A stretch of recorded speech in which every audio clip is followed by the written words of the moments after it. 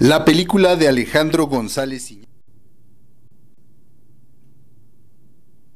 La historia de Michoacán es un rancho que no se toma aparte, sino que es, creo, la conformación de un México bronco que se está manifestando en puntos que ya le he venido aquí enumerando.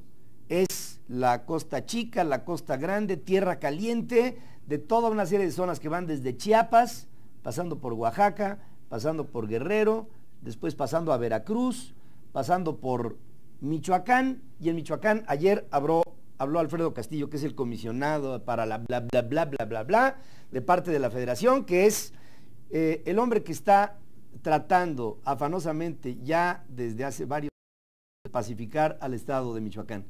¿Qué fue lo que dijo?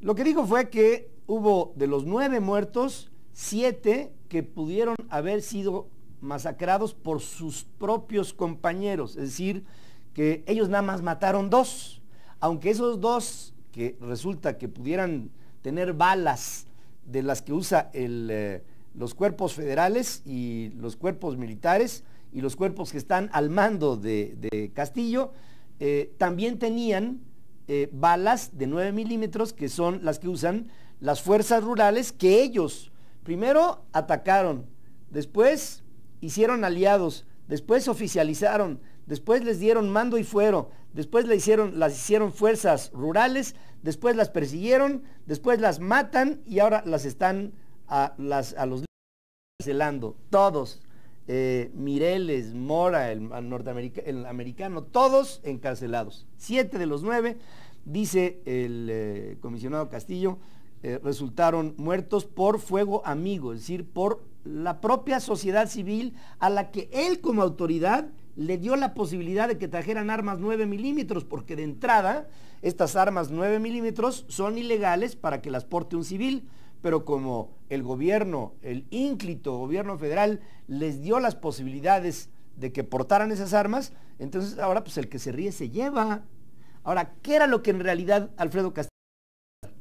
Lo que quería demostrar es que no había habido ejecuciones, y esto no queda demostrado, porque lo que se argumentó por parte de algunos testigos presenciales es que en esta refriega de las puertas de Ayotzinapa, allá en la salida, hubo personas civiles dentro de las fuerzas rurales, ellos habilitaron, insisto, como gobierno, que dijeron, bueno, está bien, me doy, ya, y el momento en que se dieron, en ese momento les dieron tiro de gracia. Hasta este momento, nada puede decir Alfredo Castillo que pudiera ser contundente de que no utilizaron ellos su fuerza de fuego para matar, para masacrar, como en el caso de Tlatlaya a estos civiles. Hay por ahí algunas quejas de una mujer que dice que su hijo, el Chilín, primero fue habilitado por Alfredo Castillo, después le dio un arma, después lo hizo autoridad y después, ya que lo utilizó para todo tipo de argumentos de carácter más bien político, después lo mataron. Castillo dice que hay 44 detenidos en Apatzingán, que en esta semana Jesús Méndez Rosales, alias el Chuchín, hijo del Chango Méndez, también los fundadores de la familia michoacana, está detenido, y que esto ha traído como resultado el que, para Alfredo Castillo, que poco a poco se han venido desarticulando a los mandos, tanto en la familia michoacana, lo que queda, como también de los caballeros templarios. Se está conformando un panorama muy complicado, en donde hay un proceso de ingobernabilidad. Y yo les quiero decir que vamos a hacer una breve pausa, porque quiero invitar aquí a un hombre que quiero y respeto mucho y que tiene una voz autorizada en México para hablar de temas no solamente históricos, sino de carácter político, y me refiero a Francisco Martín Moreno, que en su momento aquí viene a hablar de un estado que está en condición de rehén. El Estado mexicano no está gobernando. Después de una breve pausa. Internet. Internet. Internet. Internet. Internet. Internet. Internet. Ya estoy aquí. tablet, celular. La compu, el teléfono. ¿Celular, smartphone o laptop? Mi celular y la computadora. La computadora y el celular. Interactúa conmigo.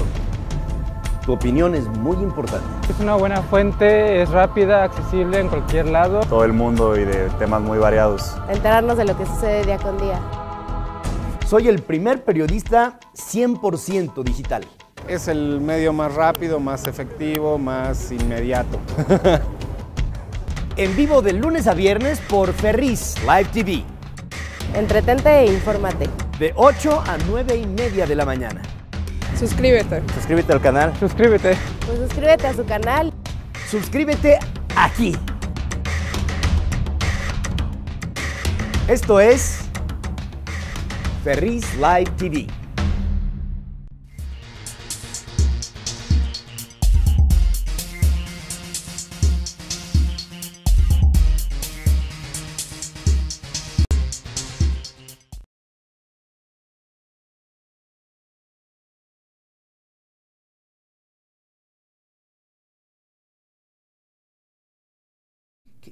¿Este no era?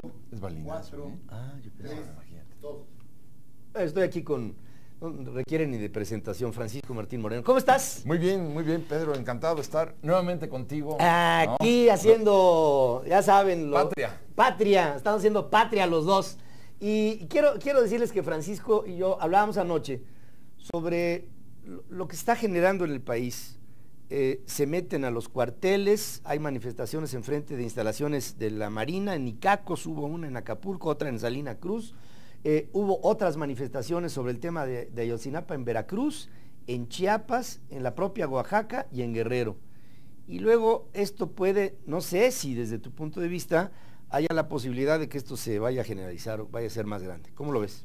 Bueno, mira, yo no puedo dejar de pensar, Pedro, en lo que aconteció la semana pasada en Francia, donde asesinaron a 12 periodistas, pues que yo puedo o no estar de acuerdo con ellos porque me parecía una sátira de alguna manera muy agresiva y vulgar, pero bueno, yo creo que, pues ya como lo decía aquel filósofo francés, ¿no?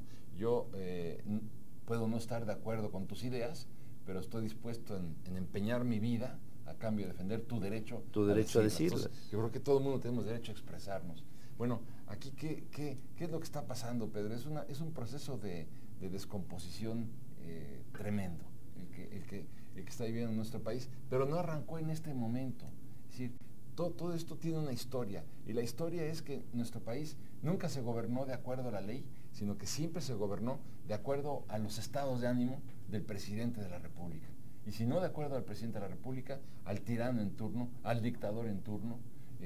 Acordémonos cuando por fin me duele Oaxaca, me duele Zacatecas. Siendo él de Oaxaca, ¿va? Sí, me duele Chihuahua, le dolía, ¿no? Pero la ley nunca, eran los estados de ánimo. Entonces, nosotros de repente queremos que este país se gobierne de acuerdo a la ley, cuando desde la independencia siempre se ha gobernado, ya con los virreyes así era, con los tlatoanis también era. O sea, nunca gobernamos este país de acuerdo a la ley. Los mexicanos hemos sido extraordinarios legisladores, pero hemos sido incapaces de aplicar la ley. Entonces, ahora nos sorprendemos y queremos que se aplique la ley y queremos que este gobierno se gobierne de acuerdo a la Constitución, y sin embargo, es evidente que nuestra historia liberal, nuestra historia jurídica lo impide. Entonces, claro, quisiéramos que esto no se diera, pero al mismo tiempo es muy difícil cuando históricamente hubo un contubernio terrible entre el gobierno y la delincuencia organizada. Acordémonos con el caso de Durazo, porque mucha gente dice, pues que venga otro como Durazo a imponer el orden. Sí, lo que pasa es que Durazo mandó a asesinar a un grupo de pandilleros, y luego ¿qué haces con los asesinos de los asesinos? Porque los asesinos se quedan en tu organización. Entonces, este tipo de contubernios en donde tú ves cómo la autoridad se colude con el AMPA, entonces es clara la putrefacción política de México. Es clara, claro, por supuesto. Ahora, ¿cuál es el problema de Peña Nieto? Ya ahorita Felipe de la Cruz me acaba de decir como representante de la gente de Ayotzinapa no reconocen al gobernador. Bueno, allá hay un nivel de gobierno no reconocible. No reconocieron al presidente municipal porque pues, él fue el causante de la desaparición, aparentemente, de los 43 normalistas. ¿Reconocerán al presidente de la República? Ellos dicen que sí, incluso vienen ahorita para acá a negociar con el secretario de Gobernación, es lo que me dice ahorita Felipe. Pero, ¿cuál es el problema de un presidente que dice que no se ocupen carreteras? Se ocupan, que no haya manifestaciones, hay manifestaciones, y ahora están presentándose enfrente de cuarteles y de instalaciones militares y de la Armada Marina de México, en algo que pudiera hacerse más general y una práctica cotidiana. Porque no hay consecuencias, pero te decía yo, comencemos con el análisis de Francia. En 2 días atraparon a los 3 asesinos, a los 2 asesinos que habían masacrado a balazos a ellos. En 2 días. En México, ¿qué pasó? Durante el gobierno de la señora Fox y durante el gobierno... el gobierno de la señora Fox. Sí, y durante el gobierno de Calderón hay 88,000 asesinados, hay 88,000 muertos y 22,000 desaparecidos. No 12 como en Francia. No. ¿Y dónde están los culpables? O sea, la impunidad es flagrante. Absoluta. Entonces, cuando ves que la autoridad no responde, es una invitación a continuar con la comisión del delito y a violar la ley. Fíjate que para mí una manifestación que el gobierno empezó como institución a tener una falla en estos últimos tiempos fue la habilitación de estas fuerzas rurales, sí. De estas autodefensas como fuerzas rurales, sí, utilizadas como grupos paramilitares, pues ¿qué otra cosa puede ser? Y después desacreditadas y puestas en la cárcel con una serie de masacres y de asesinatos. Bueno, te habla de una autoridad incompetente para imponer la ley, de nueva cuenta. Las autodefensas surgen como consecuencia de esta incapacidad legal de la autoridad para imponerse. Ahora tú ves que el presidente de la República y el gobierno federal tiene un problema adicional. Que si van, por ejemplo, y les tiran gas lacrimógeno a estos pseudomaestros que tomaron el aeropuerto de Oaxaca, o que están tomando carreteras, o que están tomando casetas, ¿verdad? Y les avientan gases lacrimógenos, o les avientan las tanquetas, es suficiente para que haya alianzas con otros sectores que también están interesados en derrocar al gobierno de Peña Nieto, porque todo este objetivo está centrado en eso. Para mí, desde mi punto de vista, es provocar una desestabilización que tenga como consecuencia... el que este gobierno no acabe. El que este gobierno no acabe. Esa es la idea. Entonces, ¿qué sucede? Que si el gobierno les tira las tanquetas y les tira el lacrimógeno, se van a sumar diferentes grupos rebeldes, diferentes sindicatos rebeldes, y lo que va a suceder es que en las elecciones que vienen ahora en junio, bueno, el PRI va a acabar como represor, va a acabar... ¿Qué más quisieran estas personas que hubiera muertos en estos ataques? ¿Qué más quisieran estos sediciosos, sí, ¿verdad? Que hubiera una mecha que encendiera todo. Que se incendiara todo. Es lo que quieren. Que haya muertos, que el gobierno reprima, que el gobierno aviente las tanquetas o las ametralladoras. Es lo que quieren. Quieren muertos para hacer un movimiento. Por eso yo me explico desde mi punto de vista la inmovilidad del gobierno. Creo que esto cambiará después de las elecciones, porque si el PRI pierde las elecciones en el 2015, se acabó el gobierno de Peña Nieto, porque no le van a aprobar una sola iniciativa legal más. Hay una disfunción, ¿no? Sí. Bueno, se ve que hay una disfunción, sí, en el gobierno y que hay un problema profundo, económico, político y social. Sí. O sea, la crisis de México yo creo que ya está en todas partes. Sí, bueno, está a la vista, Pedro, está a la vista. Sobre todo, lo que más irrita a la sociedad mexicana es la inmovilidad del gobierno. Sí, ¿por qué el gobierno no responde? ¿Por qué permiten que hasta que se metan en los cuarteles del ejército? Que bueno, que mucha gente supone también que en esos cuarteles del ejército incineraron los cadáveres de los jóvenes. Y por eso se quieren meterlos. Porque ellos dicen, venimos a buscar a nuestros hijos. Claro, sus hijos, si fueron incinerados, yo no lo sé decir, no lo puedo comprobar, no soy agente del Ministerio Público, pero lo que se dice eso, y por eso esta gente fue a meterse a los cuarteles del ejército. Y es un desafío abierto al ejército, porque saben que el ejército no les va a responder. El ejército no quiere convertirse en un ejército asesino, que masacre a las masas. Eso es lo último que quiere el ejército y no se quiere tampoco exponer a una situación de estas. Y esto lo saben estos grupos. Claro, que van, que provocan sí, para que se genere algún tipo de tlatelolco. Así es. Tú imagínate, los asesinos de estos muchachos son los mismos que crean este concepto. Vivos se fueron, vivos los queremos. Tú sabes, ellos como asesinos, que los mataron y que los cremaron. Estamos seguros, es un escenario. Y después dicen, vivos los queremos, vivos se fueron, vivos los queremos, cuando tú sabes que tú los mataste. Entonces sabes que tienes agarrado al gobierno, porque el gobierno, ¿qué va a decir? ¿Cómo que te los voy a regresar? Saben que nunca los van a poder regresar. Ahora, ¿qué va a pasar con el gobierno de Peña Nieto? ¿Va a seguir presentándose por toda la República Mexicana en eventos cerrados, sellados por el Estado Mayor Presidencial, sin contacto con la gente, sin contacto con el pueblo de México, en auditorios a modo, en donde le aplaudan, porque y entonces le aplaudan y así por acá y le aplauden? ¿Hasta dónde esa frontera entre un círculo de alabanza y una situación real de la sociedad en zonas muy deprimidas y políticamente muy agitadas, como estas que hemos venido citando, pudiera llegar un momento en donde se haga una confluencia de esta agua caliente con esta agua tibia, y entonces esto pudiera ser que el presidente pudiera resultar en algunos puntos impresentable como presidente de México? Yo creo que en este momento el Estado Mayor Presidencial, todos los cuerpos de seguridad del gobierno tienen que hacer su mejor esfuerzo por cuidar la integridad física del presidente de la República. Yo no me puedo imaginar, Pedro, que hubiera un atentado en contra del presidente. Es decir, en Estados Unidos asesinan al presidente Kennedy y 2 horas después toma posesión Lyndon Johnson en el Air Force No. 1, ¿te acuerdarás? Me acuerdo. Bueno, pues renuncia a Nixon y un minuto después Gerald Ford estaba tomando la presidencia.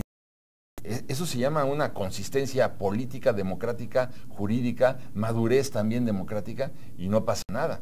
En México, al presidente de la República comete un atentado en su contra, como en el caso de Colosio, y yo no sé hasta dónde podamos ir, por más que ya se hayan creado los dispositivos constitucionales para suplir la falta del presidente de la República. No habría claridad, por un lado, y habría un manoteo, aunque la hay desde el punto de vista constitucional, habría un manoteo político. Políticos, ¿no? Y vétase, pero mientras tanto las divisas, ¿a dónde quieres que se vayan? De las reservas del Banco de México, ¿a dónde quieres que se vayan? Cuando se atentó en contra de Luis Donaldo Colosio, hubo una fuga de 8,000 millones de dólares ese día. Así es.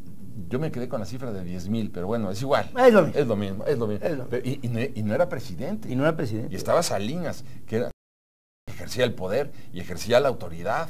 Bueno, y se fueron 8,000 millones de dólares. Ahora, los modos y las formas. Sí. Ya estamos en precampañas desde el pasado sábado. Sí, sí. En Monterrey se da a conocer la candidatura de Ivonne Álvarez como la candidata del PRI, sí, de Unidad, sí, para el gobierno del estado, que aparte se me hace una cosa interesante. Ponen a Ivonne Álvarez, una joven treintona, enfrente de Margarita del PAN, una joven treintona, guapetas las dos, para contender por la silla del gobierno. Por cierto, Ivonne Álvarez, la candidata que quería el gobernador Rodrigo Medina, y no Ildefonso Guajardo, que era el candidato que quería el presidente, de la República. Sí. Ahora, pero de todas maneras llegan, la ponen. Así es. Bueno, yo me pregunto, Pedro, esto es una vergüenza. Es lo mismo que pasó cuando quitaron a Elbester Gordillo, ¿te acuerdas? Y yo me esperaba que ya que la habían quitado, bueno, le preguntaban a las bases de maestros quién quería que fuera el nuevo líder sindical. Jamás. Apareció 2 minutos después un nuevo líder impuesto también por el gobierno. ¿Cuál democracia en el Sindicato Nacional de Maestros? No, bueno, por eso dalo por descontado. ¿Cuál democracia en el propio PRI? Son las viejas formas callistas, las mismas formas de la usanza callista, cardenista, las mismas formas de la dictadura perfecta. Es decir, aquí de repente se sacan de la bolsa a un nuevo candidato como es esta mujer. No tengo nada en contra de ella, evidentemente, pues escasamente tiene su bagaje ahí, pues sí, ha sido... escasamente la conozco, pero no hablo de eso, no hablo de ella como personaje político, sino de la estructura del sistema del PRI que no ha podido cambiar. A mí me hubiera encantado ver que las bases en Nuevo León hubieran dicho, las bases priistas, hubieran dicho, este es nuestro candidato, que hubieran hecho una campaña en Nuevo León. Bueno, ¿qué es lo que sucede en otros partidos políticos en el mundo entero? Bueno, en el mundo entero. Digo. Bueno, pero sí hubo un acto político, porque Ivonne Álvarez primero estuvo con el presidente. Ah, bueno, sí. Eso quiere decir que aquí hay otra vez un solo elector. Un solo elector. Creíamos que se había acabado el sistema de un solo elector. Ahora, no se acabó. A ver, Francisco, tú eres un hombre que ha analizado la historia de este país. Yo creo que hemos vivido una regresión brutal.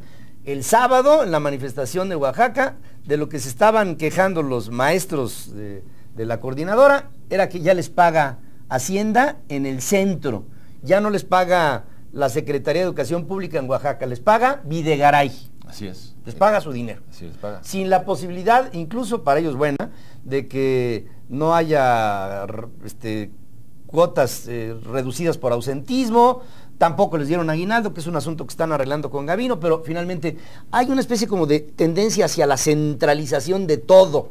Todo lo estamos viendo centralizado. Me da la impresión de que estamos regresando a las épocas de Echeverría. Bueno, Echeverría, a ver, dime, ¿qué candidato de cualquier gobierno de cualquier estado de la República fue electo por el PRI? Él, igual que con Porfirio Díaz, igual que con Cárdenas. ¿Qué hacía Cárdenas? Cárdenas palomeaba las listas de los gobernadores, de los ministros, de los jueces, obviamente de los secretarios de Estado, bueno, de todas las estructuras políticas del país. Y aquí estamos viendo exactamente lo mismo. A mí me hubiera encantado ver a un PRI moderno, a un PRI del siglo XXI, eligiendo entre las bases a su candidato para Nuevo León. No lo vimos. Vimos a un gran elector que dijo, esta es, y a callar. Y salen con que es unidad, y ahora vendrán obviamente los premios de consolación para todos aquellos que quedaron fuera, igualito que pasaba a la usanza de Calles. A quien no le daban en ese momento el poder, le daban una compensación en dinero o un cargo donde podía enriquecerse impunemente. Esto se llama putrefacción política, aquí, Pedro, y en China. Aquí en China se llama putrefacción política, y es parte de lo que aquí estamos viendo en un México en pleno siglo XXI. Y miren, estamos en enero. Va a haber determinaciones de una serie de etapas diferentes que vamos a vivir para la designación de candidatos a diferentes instancias por el principio de mayoría y por el principio plurinominal. Vamos a ver un proceso de campañas con una cantidad de spots brutal que nos van a invadir de toda una bola de basuras, porque no hay una ideología de propaganda, hay basura en donde sale un tipo así sonriendo, te quiero, sí. Nuevo León, y no hay una esencia de lo que realmente y para lo que debería de servir un partido político y sus diferentes instancias y sus candidatos. Pareciera como si todo fuera una idea orgánica de ganar el voto automático de la gente que tiene hambre a través de un corporativismo trasnochado. Déjame decirte, yo nunca he creído en absolutas. En eso que estás diciendo hay un punto muy importante, Pedro, y es a mí, bueno, cuando veo que en la representación nacional no concurrimos los mexicanos. ¿Por qué no concurrimos? Porque tú ves que el PRI hace sus listas, el PRD hace sus listas, el PAN hace sus listas, Morena hace sus listas. ¿Y acaso le consultan a la sociedad? Nada. O la sociedad también dice, oye, yo levanto la mano, yo quiero ser diputado. ¿Dónde está la Confederación de Cámaras? ¿Dónde está el Consejo Coordinador Empresarial? ¿Dónde está la Concanaco, la Canacintra, la Concamín? Que tienen que decir, espérame, no, ¿cómo se van a repartir el pastel ustedes solitos? Nosotros queremos nuestros representantes, no sé, de la industria vitivinícola, de la tabacalera, de la tomatera. No hay. No hay. O sea, en el Congreso de los Estados Unidos o en el Congreso, en el Parlamento inglés, tú sí vas a ver que hay representantes de la sociedad, salidos de la sociedad, pero aquí los imponen desde arriba, entre sus cuates, entre sus amigos. Entonces está fracturada la democracia, porque no tenemos representantes nosotros en el Congreso de la Unión.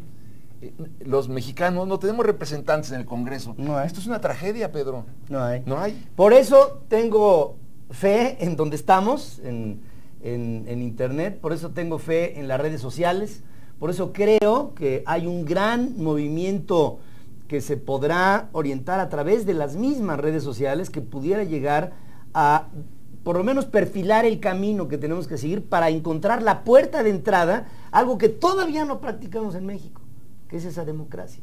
Porque aquí tenemos una especie como de populismo trasnochado raro, Sí. que es una demagogia brutal, a la que no hemos podido arribar, que sería a la democracia pretendida para los mexicanos. Yo creo que los mexicanos tendríamos que apuntarnos, si quieres, hay dos, apuntarnos en los partidos políticos y decir, yo también quiero concursar, y si no, va a haber una consecuencia, o también las candidaturas independientes. Ese es otro punto también donde tengo mis esperanzas, ¿no? Ahí yo estoy completamente convencido contigo que hay candidaturas ciudadanas. Miren, las iniciativas ciudadanas, en las 3 o 4 primeras que hubo, ¿no? Cuello. Sí, sí. Y por lo que toca a las candidaturas ciudadanas que se van a empezar a dar próximamente, yo estoy completamente convencido de que va a haber cosas interesantes que podremos estar analizando ustedes y nosotros próximamente. Mi querido Francisco Martín Moreno, Aquí estamos, Pedro. sigamos haciendo patria. Hagamos patria, eso ya. Como decía un viejo locutor que desde aquí recuerdo con mucho cariño, don Humberto G. Tamayo, que decía, en aquella época que les hablo de mitad del siglo XX, muchos locutores también eran contratados para hacer los textos de los anuncios. Y entonces le llegaron a don Humberto G. Tamayo con un reto. Tiene usted que anunciar colchones, don Humberto. Colchones, tengo que anunciar colchones. ¿Qué colchones? Colchones América, don Humberto. Entonces fue, hizo su textito y regresó. Dice, ya estoy listo. Y entonces, córrela, pues corre. Hacer hijos es hacer patria, haga patria en Colchones América. Oye, Pedro, ¿no es el mismo que decía, consuma usted esta leche? Leche bárbara, tan fresca que hace 3 horas era pasto. Hace 3 horas era pasto. Y uno que dice, ay, bueno, esa la tengo que decir, no es lo mejor, pero está cerca de lo mejor. Toallas sanitarias Cotex. Bueno, eso lo dijo él, ¿no? Bueno, no lo dije sí, yo. sí. Pedro, pues muy bien. Aquí estaremos. Querido Francisco Martín Moreno, quiero decirles a ustedes que anoche en las redes sociales, en el Twitter, hubo muchas menciones que tenían mucho entusiasmo de verte. Y yo estoy seguro que On Demand, más adelante, suscríbanse ahí al On Demand, pidan mucho esta plática con Francisco Martín Moreno. Por ahí alguien me decía, no saben qué sabroso platica este hombre. Y sabroso quiere decir inteligente, lleno de datos. Ese es Francisco Martín Moreno el día de hoy. Gracias por estar aquí como siempre. Y aquí estaremos haciendo muchas patria, travesuras. Y mucha patria. Y mucha patria. Espero que no de Colchones América. Bueno, a ver si nos patrocinan, ¿no? Los de Colchones América, en fin. Vamos a los trending topics después de la pausa. Bueno, vamos con esto y regresamos con ustedes.